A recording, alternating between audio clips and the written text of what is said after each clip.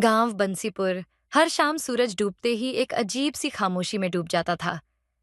लोग कहते थे कि पुरानी हवेली से रात को किसी के रोने की आवाज आती है, लेकिन किसी ने कभी जाकर देखा नहीं, सिवाय एक के। राहुल एक निडर और जिज्ञासु किशोर था। वह शहर से अपने दादा दादी के पास गर्मियों की छुट्टियों में आया था।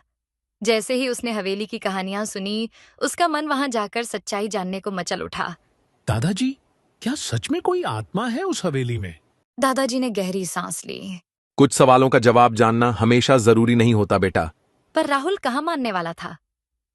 एक रात जब पूरा गांव सो रहा था, वह टॉर्च लेकर चुपचाप हवेली की ओर निकल पड़ा। हवेली जर्जर हो चुकी थी। लकड़ी के दरवाजे चरमराए, जैसे वो खुद ही चेतावनी दे रहे हों।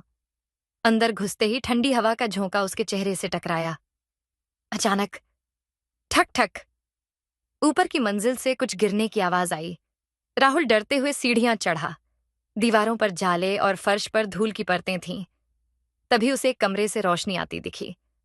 वो धीरे से दरवाजा खोलता है और वहां एक बूढ़ा आदमी बैठा हुआ था, आंखों में आंसू, हाथ में एक पुरानी तस्वीर। कौन हैं आप? राहुल ने कांपती आवाज में पूछा। बूढ़े ने चौंक कर देखा। तुम इंसान हो? जी, लेकिन आप यहाँ क्या कर रहे हैं? बूढ़े ने गहरी सांस ली। मैं इसी हवेली का मालिक हूं। था। सबने मुझे मरा समझ लिया। दरअसल 20 साल पहले मेरे बेटे ने लालच में मुझे मारने की कोशिश की, लेकिन मैं बच गया। तब से मैं यहीं छुप कर रह रहा हूं। आवाजें मेरी थीं, अकेलेपन की चीखें। राहुल की आंखों में हैरानी थी और दया भी। सुबह होते ही पुलिस आई। हवेली की सच्चाई सामने आई और गांव की अंधविश्वास भरी कहानियां खत्म हो गईं।